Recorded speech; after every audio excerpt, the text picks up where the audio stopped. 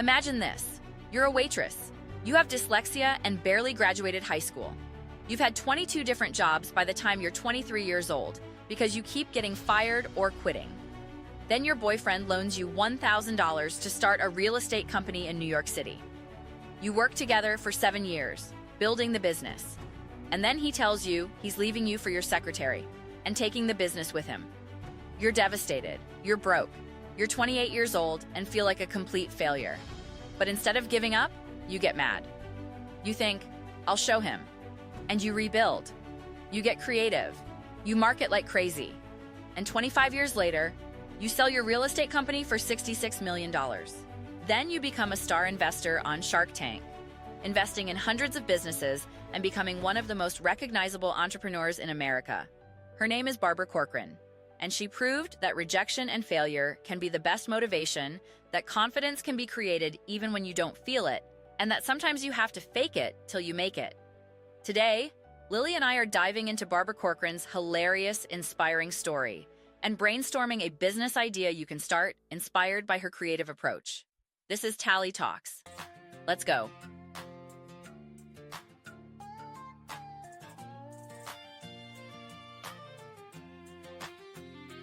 She's got a mind, she's got a spark, lighting up dreams from dawn to dark.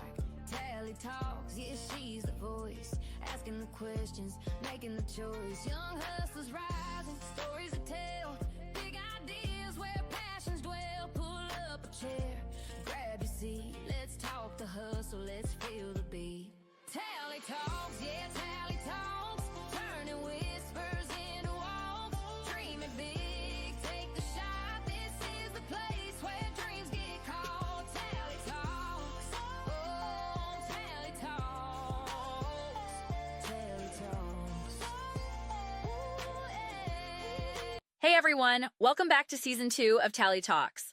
I'm Tallie Pennyworth, and we are 17 episodes into this amazing season. Last week, we talked about Oprah Winfrey, the woman who turned trauma into triumph and became one of the most influential media moguls in the world. And we learned that authenticity is more powerful than perfection, to use your pain as fuel and to own your work.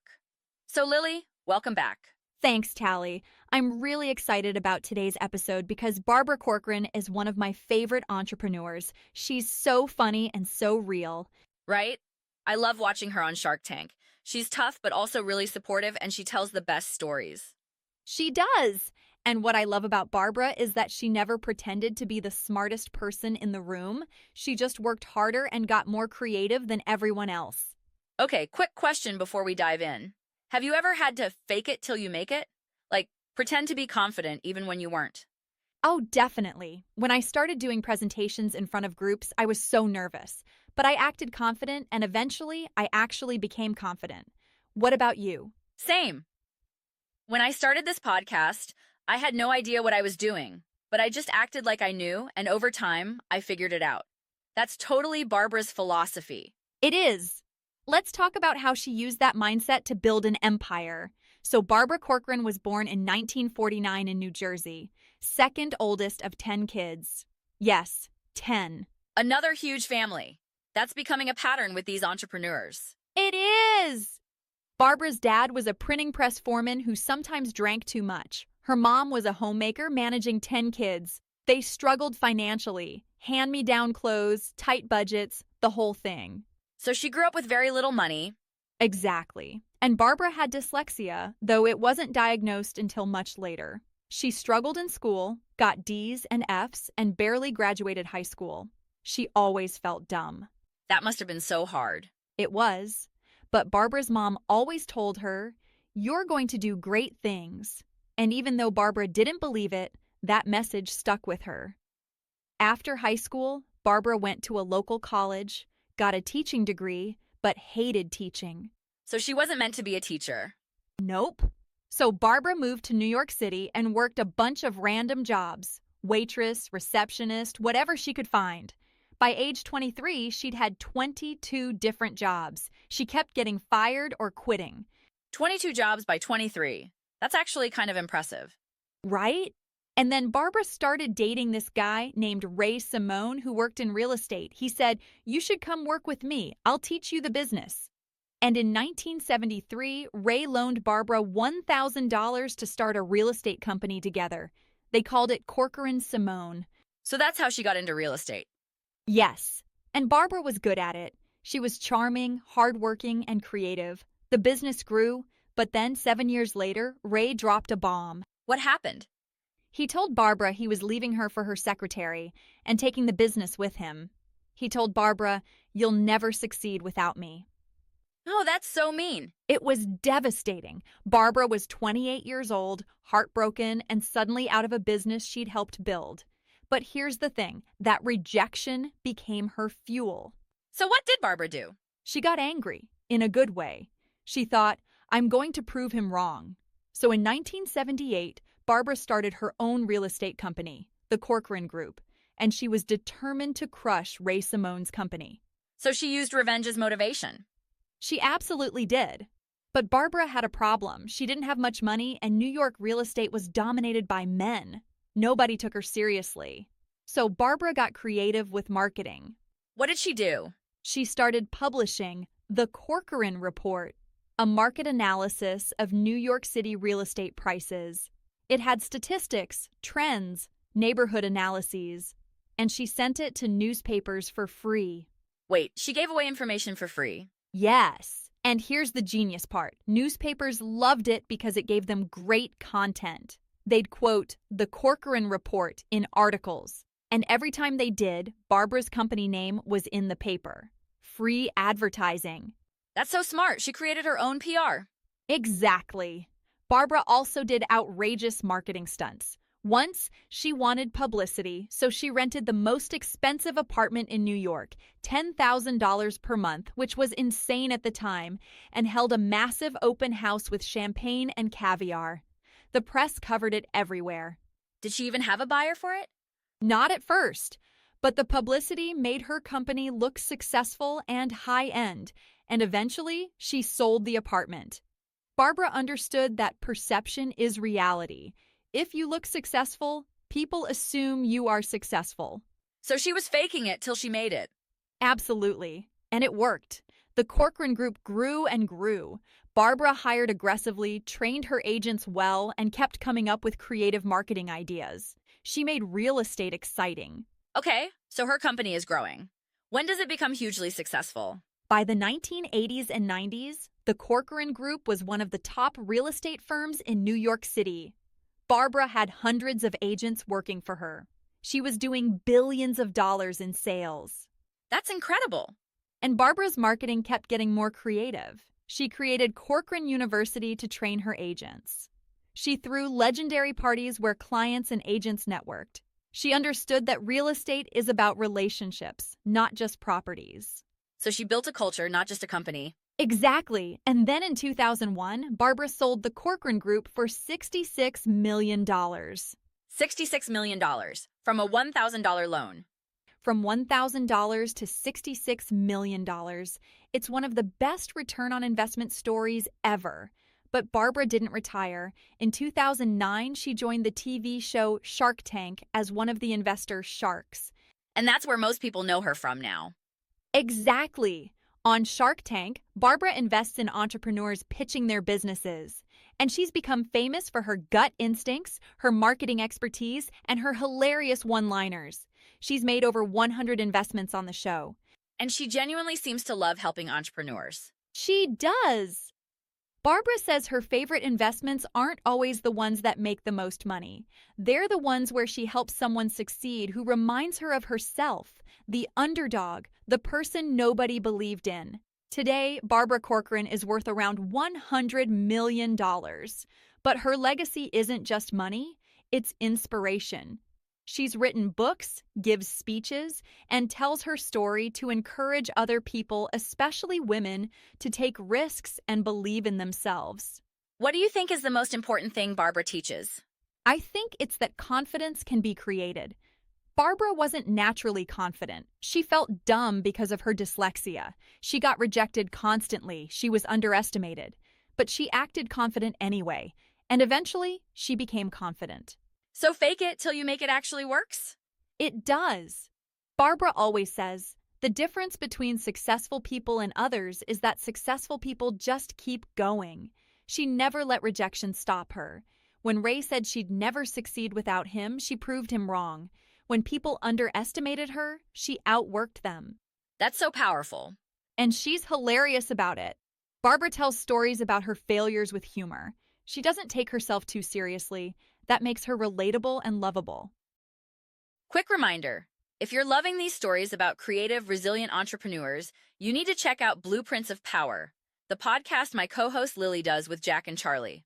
They explore the greatest empires in history and make it super fun. Did you know the Spanish Empire was the first empire where the sun never set because they had territories all around the world? The entire first season is on YouTube right now. Go subscribe, watch all the episodes, and let them know Tallie sent you. That's Blueprints of Power on YouTube. You're going to love it. All right, we're back. Lily, what's the big lesson from Barbara Corcoran's story? The lesson is, fake it till you make it. Confidence can be created. Barbara wasn't born confident. She felt insecure and underestimated. But she acted confident anyway, and eventually, she became confident. Sometimes you have to pretend you're ready before you actually feel ready. So it's like, act as if you're already successful, and you'll become successful. Exactly. And here's the other lesson. Use rejection as fuel. When Ray said Barbara would never succeed without him, she could have believed him. Instead, she used his doubt as motivation to prove him wrong. Let rejection fire you up, not shut you down. So turn no into fuel. Yes. And one more thing, get creative with marketing. Barbara couldn't outspend the big real estate firms, so she outthought them. She created the Corcoran Report through outrageous open houses and generated free publicity. When you can't compete with money, compete with creativity. I love that. So fake it till you make it. Confidence can be created. Use rejection as fuel, not as an excuse to quit. And when you can't compete with money, compete with creativity. Perfect. All right, time for the Kid Business Brainstorm. What business can kids start inspired by Barbara Corcoran? Okay, so Barbara succeeded through creative marketing and building a reputation as an expert, right? She created the Corcoran Report and became the go-to source for real estate information. Right? So what if kids started an expert reports and content creation business? Yes, I love this. So the idea is you become the expert on something in your community and create valuable content that establishes your authority. Then people come to you for related services. Give me examples. Okay, so let's say you're really into sports. You could create the Youth Sports Report for your town, tracking local team standings, player highlights, upcoming games, tournament results. You distribute it free to parents, coaches, and schools. Then you monetize by offering sports photography services, custom team posters, or highlight videos. That's brilliant. Or what if you love gaming? You could create the Gaming Guide, reviews of new games, tips and strategies, updates on gaming news. You establish yourself as the gaming expert, then offer gaming coaching, tournament organizing, or custom gaming setup consultations. Yes, or you're into fashion and style. You create the Style Bulletin, seasonal fashion trends, outfit ideas, thrift store finds, DIY fashion projects. You become known as the style expert, then offer personal styling services, closet organization, or fashion photo shoots. Ooh, or local business spotlight. You create the Young Entrepreneur's Guide to your town, featuring kid-friendly businesses, best spots for families, local events. You become the go-to guide for your community. Then businesses pay you to be featured. Perfect! The key is, you give away valuable content for free to build your reputation, then monetize with related services. That's exactly what Barbara did. So how would you actually start this business? First, pick a topic you're genuinely knowledgeable and passionate about. You can't fake expertise long-term, so choose something you actually know well and enjoy learning more about. Then create your first report or guide. It doesn't have to be fancy. A well-designed PDF or a simple newsletter works great. Focus on providing real value, information people actually want. Exactly. And here's Barbara's strategy. Distribute it free at first. Send it to people, post it on social media, hand it out at relevant events. You're building your reputation, not making money yet. And be consistent. Like Barbara's Corcoran report came out regularly. If you do a monthly sports report, it has to come out monthly. Consistency builds trust. Yes, and once you've established yourself as the expert, introduce your paid services. You love my gaming guides? I also offer one-on-one gaming coaching for $20 an hour. The free content drives people to the paid services. And what would kids learn from this business? Content creation, research and writing, design and layout, building authority and reputation, understanding your audience, marketing strategy, and how to create multiple revenue streams. These are sophisticated business skills. Plus, you're learning that giving value for free can lead to paid opportunities. That's counterintuitive but powerful. Exactly. And you could get creative with monetization, like Barbara did. Maybe local sports stores sponsor your sports report. Maybe gaming companies send you products to review. Maybe fashion boutiques pay for featured placement in your style guide. And you're building a portfolio. If you create quality reports or guides, you're developing skills in content creation that could lead to writing for school newspapers, local publications, or even freelance opportunities. Yes. And remember Barbara's lesson about confidence. Even if you don't feel like an expert at first, act like one. Do your research, present your content professionally, and speak with authority. The confidence will come. I love it. So the business is expert reports and content creation. Choose a topic you know well, create valuable free content to build your reputation, distribute consistently, then monetize with related services and sponsorships. Give value to create value. And remember Barbara's lesson, fake it till you make it. Present yourself as the expert even if you're still learning. Your confidence and creativity matter more than having every answer. Perfect. Okay, who's going to start an expert reports and content creation business? Send us your first reports. All right, everyone, that's episode 17 of season 2. We explored Barbara Corcoran's amazing journey. From waitress with dyslexia to building a $66 million real estate empire and becoming a Shark Tank star. Lesson, fake it till you make it. Confidence can be created. Use rejection as fuel, not as an excuse to quit. And when you can't compete with money, compete with creativity. And our kid business idea, expert reports and content creation. Build authority through valuable free content, establish yourself as the go-to expert, then monetize with related services and sponsorships. Next week, we're talking about Jensen Huang, the founder of NVIDIA, who turned a graphics chip company into one of the most valuable companies in the world by betting big on AI and gaming. His story about persistence and vision is incredible. I'm so excited for that one. Thanks for being here, Lily.